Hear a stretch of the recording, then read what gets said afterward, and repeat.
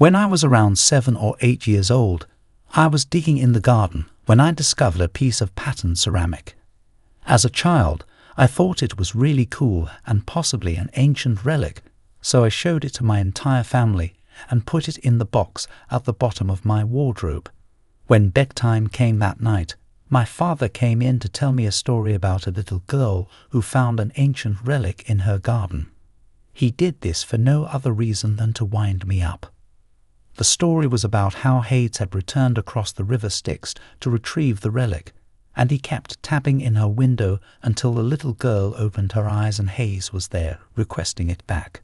She refused, the idiot, and he took her to hell instead. Of course, there were more details and tension, and if I were you, I would put that pot back where you got it. Don't be silly, Dad, it's my treasure. I wasn't scared by that, and I told him that as well, so I'm lying there and can hear light tapping. My mom said, "What on earth are you doing, you silly old fool," from the hallway, and she brought my dad, who couldn't stop laughing, in to apologize because he was leaning out of the window next to mine and had to get almost entirely out tapping. At first, the tapping was getting louder and louder, and I'm lying in bed, convinced that Hades is outside my window. I'm too scared to get the relic, and I don't want to call out or move in case Hades sees or hears me. Story 2. When I was a child, we lived in a rural area without garbage service, so we had to load our garbage into our car and drive to the dump ourselves. One day, I went with my dad and noticed a bunch of school buses. My dad sage replied, "Oh, that's dump school, which is where kids go to learn about the dump and how it works."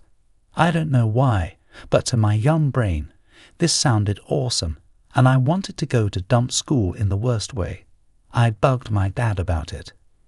I was thrilled the entire way home until he promised to take me to the dump the following week. As we drove in, my dad began talking about something random, and he expertly kept me totally distracted the entire time. I only remembered the school and the way out the following week.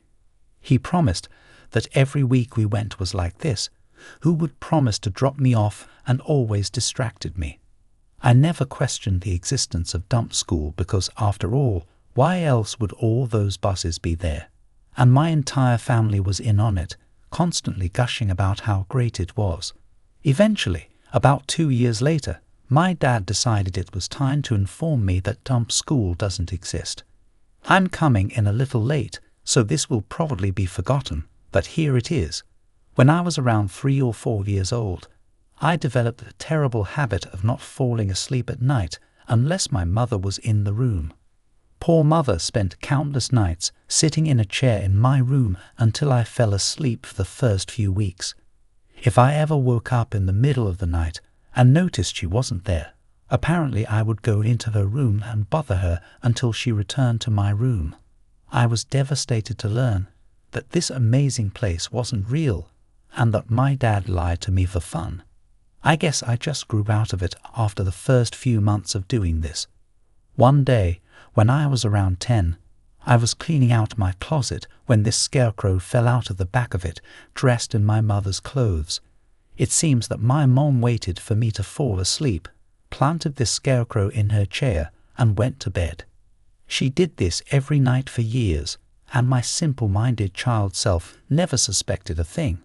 Story 4's parents are religious, and when I was younger, I was interested in collecting all of the action figures of Teenage and Ninja Turtles from the 1980s to the early 1990s. Despite reading an article about how useless the toy was at the time, I didn't have the pizza face figure, so I pleaded with my parents for weeks to let me buy it. One night, I was told to pray to Jesus that I had been given the toy, and since it was a Saturday night and we go to church every Sunday, it didn't seem like a strange request, so I did just that. The following morning, I woke up and discovered the action figure wrapped next to my pillow in the bed. I was thrilled. A few years later, towards the middle of the SNES life cycle, I really wanted that. Even though I requested the Super Mario All-Star thing for Christmas, I couldn't wait, and every day for the entire month of November and part of December, I prayed constantly that I would receive the game early. I did everything I could to make my prayers come true, and even now, when something is missing, I hear a voice in my head telling me to pray for it. Story 5. When we were maybe in 3rd or 4th grade, man, kids are gullible. One day, my friend and I had our parents bring us lunch from a fast food restaurant as children, and this is we were usually the first ones playing in the field, but since we had to wait for our food, we ended up spending the entire lunch period eating. When people ask us where we were and what we did, we came up with a story about how we had an underground play area beneath the grass field with everything from bike ramps to swimming pools to a game room with bars and arcade machines. Pretty much everything a kid could possibly enjoy. When they asked if they could see it, we told them that the only way to enter was to pull the one blade of grass in the field that wouldn't break when you yanked on it, but would instead pull open. Door to the area, and whoever could find it could join us in Funland. We just laid it off until the following day, when we walked onto the field after eating our lunches, and we noticed maybe a dozen kids frantically picking every strand of grass as they worked their way from one corner of the field systematically. They never got very far, which is a shame because it's getting lonely down there by myself now. Story 6. My grandfather used to color the food that my father and his 8 siblings eat. Growing up in UDA, New York was difficult for them, as a grandparents' union was on strike half the time. Usually, the factory caves pretty quickly. But for a few months, money was always tight, but during strikes, they were completely broke. As a result, my grandfather would buy as much cheap flour as he could, and in order to keep their kids happy and unaware, they would have them choose a color of food coloring or a particular topping to cook into the pancake.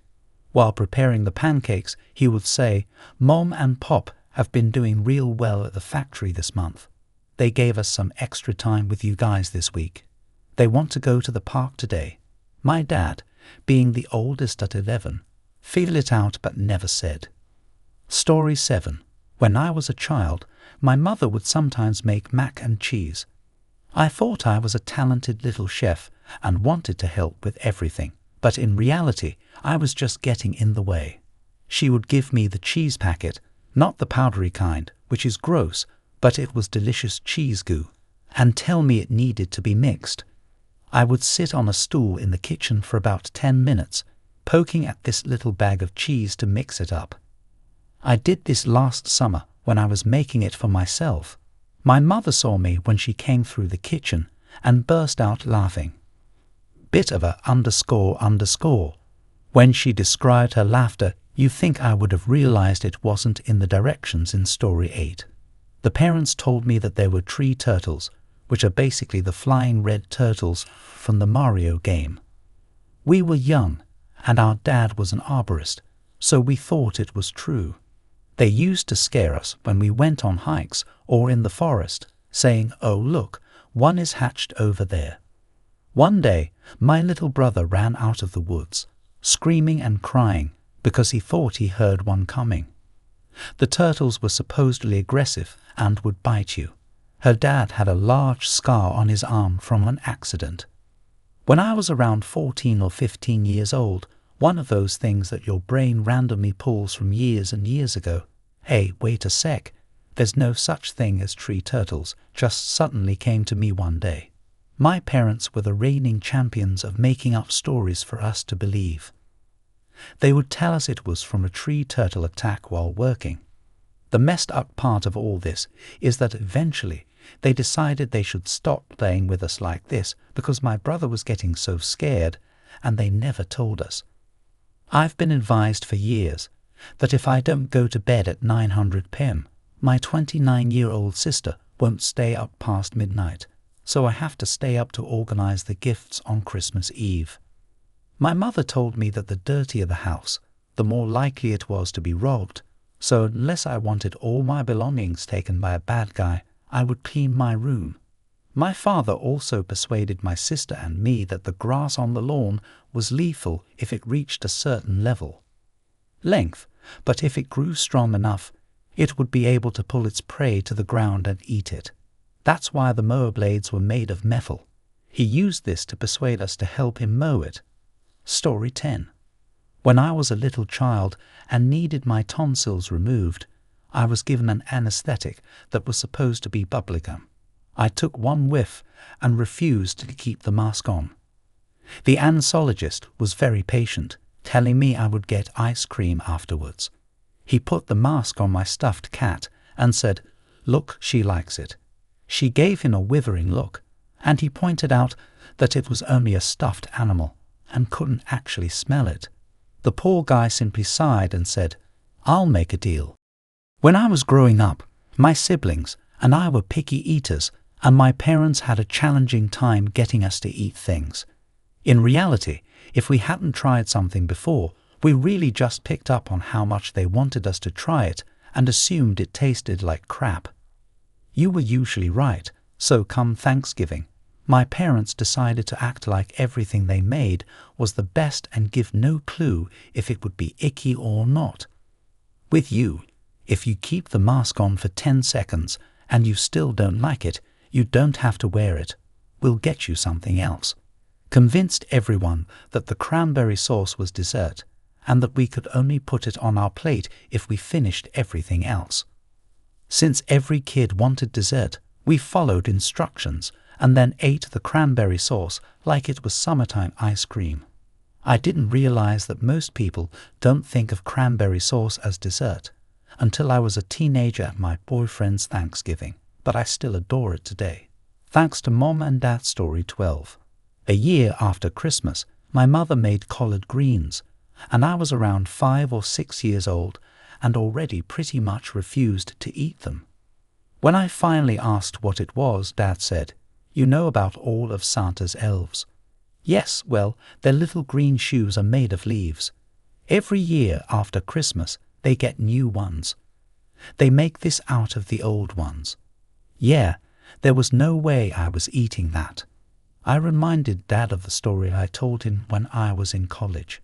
I don't remember telling you that, but it does sound like something I would have thought of. He claims that his proudest moment as a parent was when I was 7 years old, and he told me about the Amish. I didn't believe him because of all the other bullshit he had told me, and that's when I knew I had done my job as a father. Story 13. I asked him this. This week, however, my birthday falls on St. Patrick's Day, when I was about 8 years old. We lived next to McDonald's, and around the time of my birthday in March, my mom informed us that shamrock shakes were back. When I asked what a shamrock shake was, she said, "It's a mint shake they make for your birthday." Thinking I got to get me a shamrock shake, I went to McDonald's the following day and ordered one. The cashier then informed me that they were out of shamrock shakes, so I looked her in the eyes and said, "But it's me, PB, and J, the cashier." Simply returned my money and went on to the next person in line. When I told my parents what had happened, they laughed, argued, and pointed out that to this day, they still call me to remind me when shamrock shakes are back at McDonald's. Story 14. My childhood foolishness allowed me to be manipulated numerous times, but I was able to control my cousin, who would only eat junk food and cereal. I was sick of arguing with him to get him to eat a healthy meal one night while I was watching him, so I asked him if he wanted to be big and strong like his 22-year-old brother. He shook his head. Yes, he was only 3 years old, and he was obsessed with being big, so I told him that whenever he ate junk food or cereal for lunch or dinner, he would shrink until he vanished. But whenever he ate meals that was prepared for him, his muscles would grow.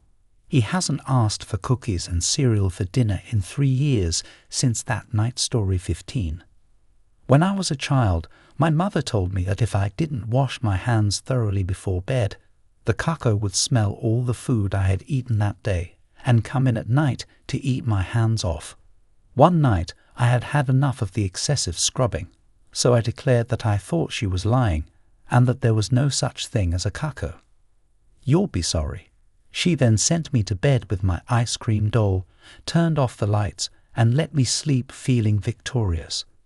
When I woke up in the middle of the night to discover that my doll's hands were missing, I freaked out and started screaming, etc. When my mother arrived, I ran straight to her and cried out, "This is why you need to wash your hands before bed.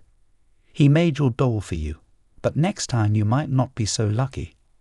Her voice was sweet and worried, and I had a hand-washing problem for years because of this.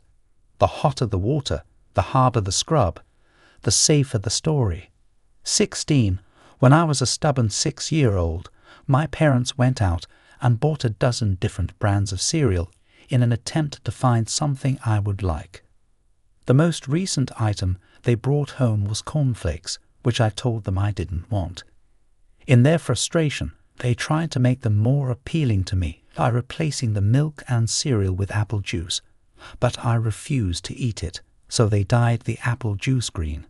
Many minutes later, I still had cayenne in the cereal, which had turned into some corny green mush because it was soggy.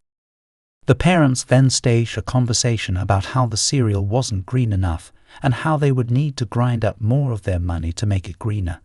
And we were in the wealthiest family, so when I heard that I was wasting money, I started crying and ate the green soggy mess while sobbing and dripping green dye all over the place. This must be why printer ink is so expensive. Story 17.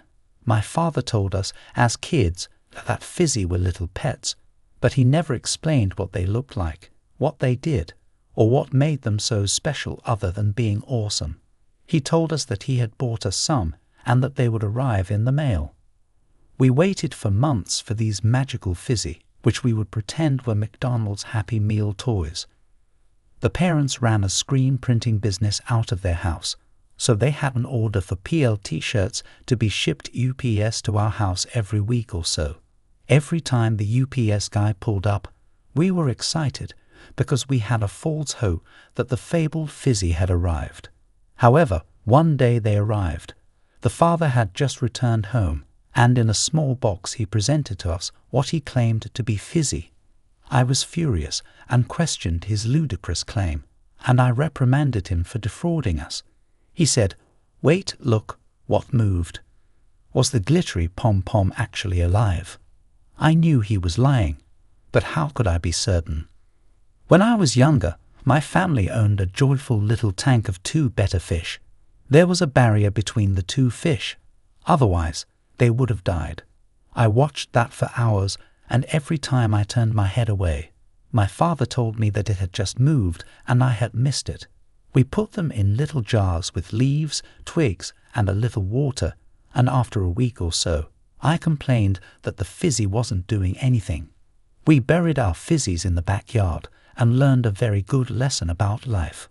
My dad was crying and said he would take my fish to the fish doctor.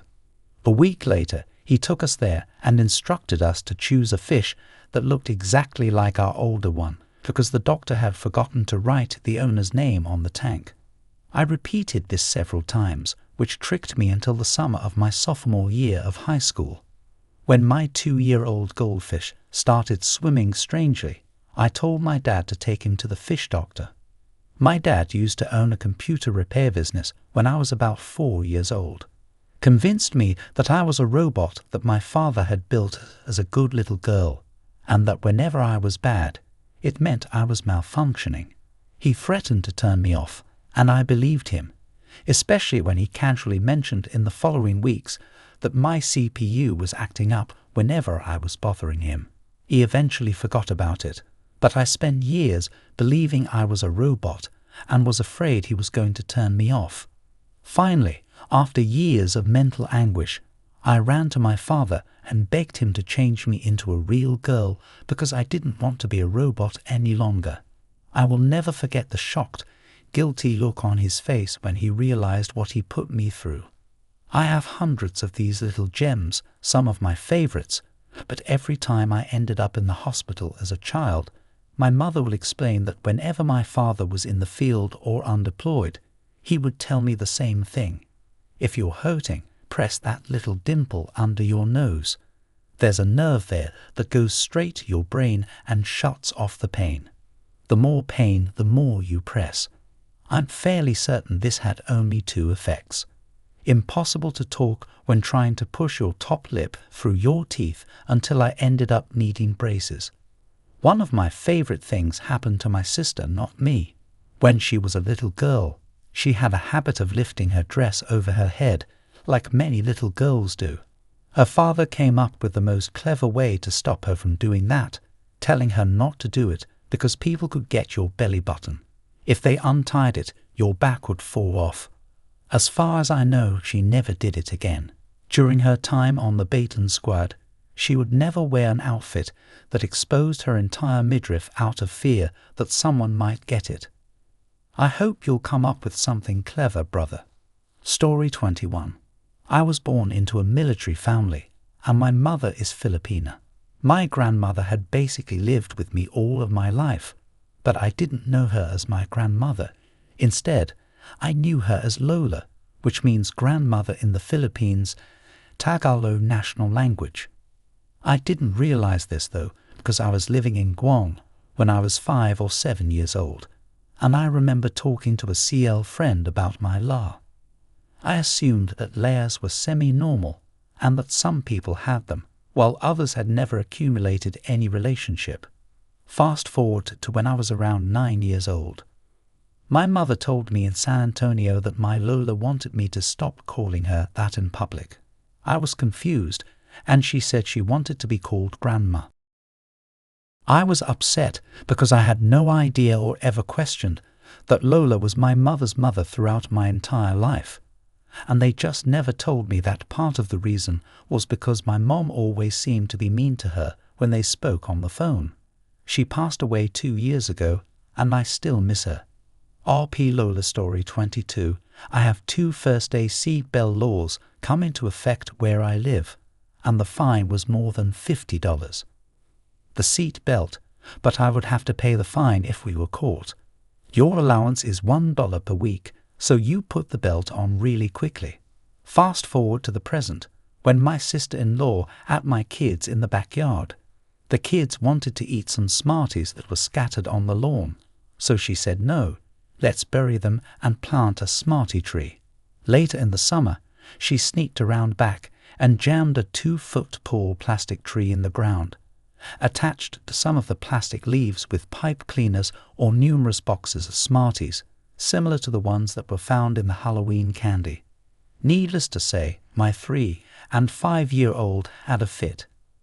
One is in kindergarten, and I eagerly await the teacher's question about what grows on trees. Story 23. I was disciplined a lot as a child because I got into trouble a lot, so even though I didn't know better, I needed to know where boundaries were because I felt like I was turning into a bad kid. I would learn the boundaries but still find ways to get into trouble. So my mom felt bad but knew she had to be consistent, so she came up with a plan. She took a black garbage bag and taped it to a panel wall. We lived in a trailer park at the time, so it couldn't get much worse. She told my brother and I that this is a land to the monster world is only for bad kids, especially bad little boys.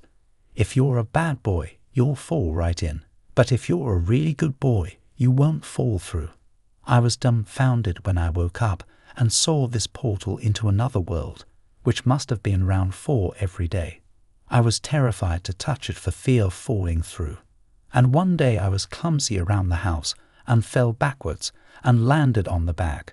I nearly started crying, but then I realized I was still standing there. I put my hand on it and tried to push through, but I couldn't, so I ran screaming across the house. Monsters can't get me because I'm a good boy. My mom said, "Yes, you are," and ever since then, whenever I got into trouble, I would check the bag to see if I was actually a decent boy. This helped me learn that even though I did things that got me into trouble, I was still a decent boy because of it. My mom is so smart that I'm stealing this seriously. Story 24. My 2-year-old sister has always been and still is a manipulative, nifty little diva. When I was around 4 years old, we were sitting at a haircut parlor.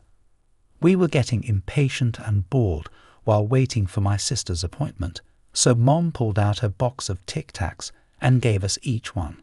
My sister put one in her mouth and slipped it under her upper lip. She looked at me and said, "Look, I just put my Tic Tac up my nose and down here," pointing to the bump under her nose. I was amused by this and thought it was going to get out of control. I shoved the Tic Tac straight up my nose and began inserting it, but it got stuck. My sister was laughing hysterically, so Mom looked over, yelled, "Oh crap," and dragged us out of the building to her car. We were heading to the hospital as we were leaving the building. Story 25. When I was around 3 years old, I became ill and had to take medication. It turned out that I was allergic to penicillin because my parents didn't want me to be afraid of medicine. Instead, they told me that I was allergic to Fritos. I loved Fritos until I was 11 years old, at which point my mom admitted that I was allergic. I was horrified because I had been afraid of one of my favorite foods for years. As she finishes her sentence, she looks at me and says, "Do not put things in your nose anymore." Story 26. I was about 10 years old and spending a summer day at my babysitter's house.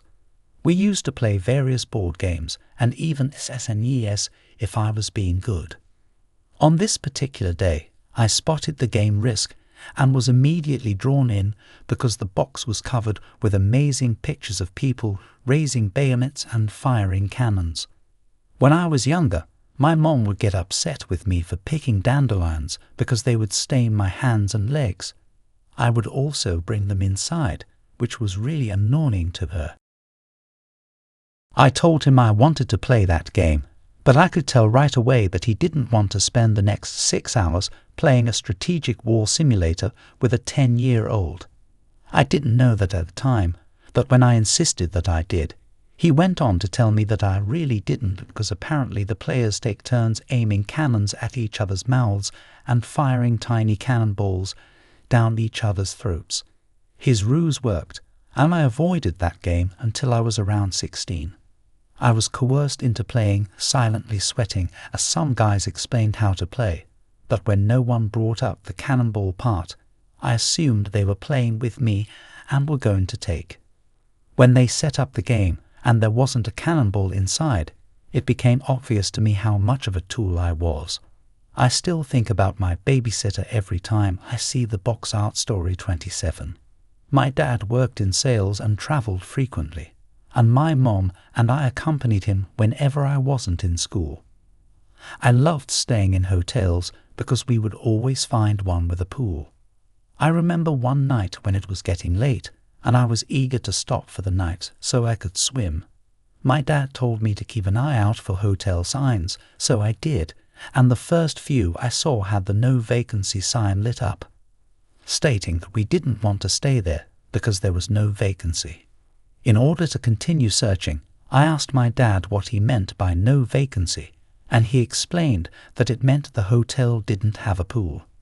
As a result, every time I saw a sue that said no vacancy, I would respond, "There's a hotel, but it's a no vacancy, so I don't want to stay there." Unbeknownst to me, every year for Christmas, my parents would remove, along with all the other decorations, an old-school toy shelf that looked like a stuffed animal that had an old British design. They would tell me that he was keeping an eye on me for Santa to make sure I was doing well and to determine whether I deserved coal or presents, and they began moving him around the house each time.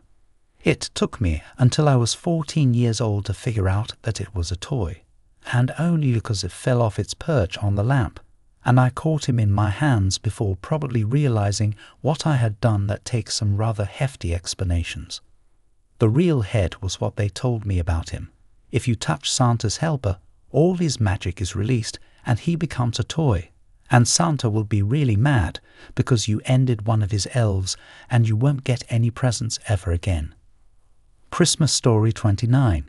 My mother, Cahoots, and my grandparents convinced me that the Boogeyman existed. It's not strange, but the details they went to, and for no real reason. The grandmother had this green candle in the shape of a Chinese figure and gorgeous flowing robes. They convinced me that this was the boogeyman, and at night, when he grew 12 feet tall, he would glide across the floor and patrol downstairs, waiting for children. When I heard creaks in the house or someone walking downstairs, I would cry quietly in my bed. I was never told what would happen if he caught me. When I was around 5 years old, I thought there was this invisible person who looked like the classic diner big boy. If you were able to see him flying around and landing on people's shoulders, laughing at his prank, my dad would tap my twin brother and me on the shoulder and say that it was the invisible little slinky man. Iselle wasn't going downstairs at night to find out this day, so I stared at that candle at her house the moment she passed away, and I'm going a freaking plane to light the candle and watch that thing disappear. Scary freaking candle story 30. Told me as a child that if we mispaved, they would take us to Mrs. Brown's house, which had no food, TV, or entertainment, but if we did anything that might be interpreted as misbehavior, she would hurt the ever-loving crap out of us. The worst part is that I was raised in a place on the outskirts of a decaying city, and because of my childish prejudice, I began to think of Mrs. Brown as a brown woman who lived in a tenement and only wanted her children. When I was 8 or 9 years old, I asked my parents what had happened to the Alma, and they were completely perplexed. Story 31 Gs. I remember being a child. 3 or 4 were napping next to my mom in her bed. There were 3 pillows there, and I wanted to use 2 of them. Instead of saying no, I'll use 2. You use 1. She then asked if I wanted to hear a story, and it went like this. Once, a little girl was getting ready for bed and had a bunch of pillows. That night, though, she used too many pillows to sleep, pushing her head up and making it difficult for her to breathe. She died in her sleep. Now, I'm a guy, so I didn't really have any reason not to believe her, but I remember giving her the extra pillow for about 20 years, always thinking, no, you can't have too many pillows. Eventually, one night when I was drinking with some friends and they were going to bed, I told them, "Dude, are you stupid? Why are you using so many pillows? Your neck will pinch your trachea shut and you'll pass away in your sleep." My friend said, "Are you kidding?" And that's when I realized that my mom had been teasing me for all those years. I also didn't learn how to blow my nose properly until I was 19. And I didn't know that you could recharge glow-in-the-dark items by placing them by light edge. I'm smart, I swear. Story 32. I have a few things to share though. When I was younger, my father used to tell me that my brain needed to be watered in the shower. I was supposed to let the water run into my ears until they were full and drained out well enough. But I already thought that eating watermelon seeds would make my stomach grow watermelon, so whatever. I can clearly recall multiple times when I was woken up in the middle of the night and had warm water poured in my ear. "What are you doing?" I would ask. "I'm watering your brain, son, so you're smarter than me." When I coughed, my dad would always tell me to grab my jewels.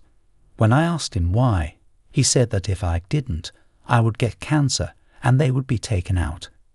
Years later, I learned that an elderly man he knew as a child had told him this, and he still cups the grapes when he coughs.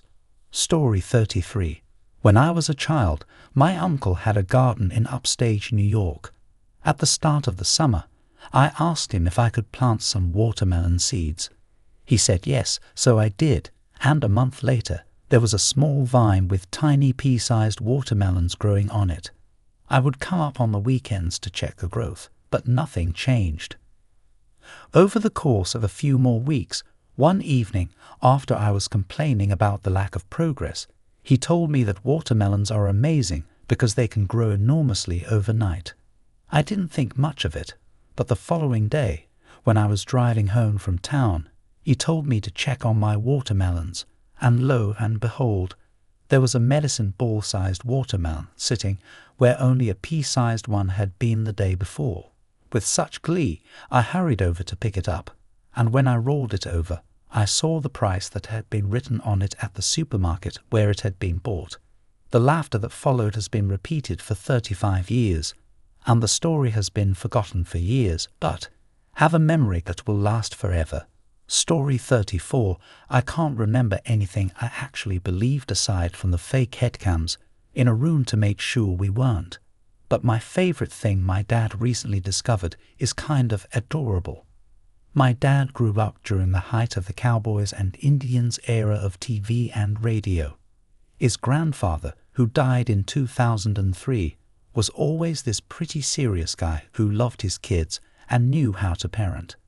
He wasn't very strict, but I suppose he wasn't a family game night kind of guy. My dad suddenly realized one of the sweetest lies he had ever told him was that his grandfather had a scar on his. I grew up in Hawaii for the first half of my life, and when I was around 2 years old, my family moved into a new house. On the other side of the road was a huge sugar cane field to keep me and my sister from wandering in the cane field. My dad had never really thought about it until recently, and he got all emotional about it. I thought it was sweet, which reminds me that my dad worked for the railroad as well. Probably from working on the railroad or possibly during World War II, he would tell my dad and his friends that he was hit by an arrow, and all the kids believed him. I was asked about it last year, and my mother said that if we got lost in a cane field, it would have been impossible to find us again in the sugar cane field, so I guess I can't blame her. However, this gave my sister and I a terrible fear of the dark or anything scary for the majority of our lives. Story 36. This is related to the time when everyone cooked with wood or coal-fired ovens and was one of the baking ingredients of the 1920s, 1930s, and 1940s. The wood and coals would fall due to the loud noises, bangs, and vibrations from people running, walking heavily, jumping, slamming doors, etc. Additionally, baking powder was not as well made and could be very fidgety. A slight thumb could cause a drop and pull the entire cake in on itself, or make cookies as hard as rocks depending on the cake too. This is also why cooks had to use flour and powder ingredients much more frequently in the 1950s than they do now. But if your mother grew up in the 1920s to the 1950s, baking ingredients and procedures improved dramatically. She was right and wasn't playing tricks on you. She grew up after the 1960s. Story 37. When I was younger, I had a pet fish that was called the fighting fish. My sister's fish and I shared a tank with a divider between them, and occasionally my fish would slip onto the side and fight it. When we woke up, my mom would simply say that my sister's fish was sleeping in the pebbles at the bottom and everything would be fine.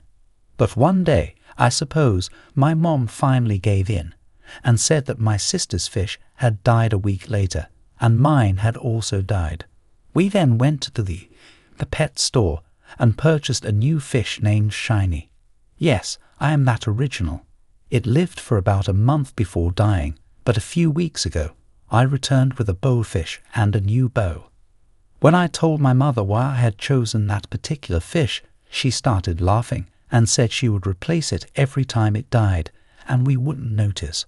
I can't believe I never gave my fish a close enough look to figure it out. If you enjoy these stories, you'll love this. I saw you in that video.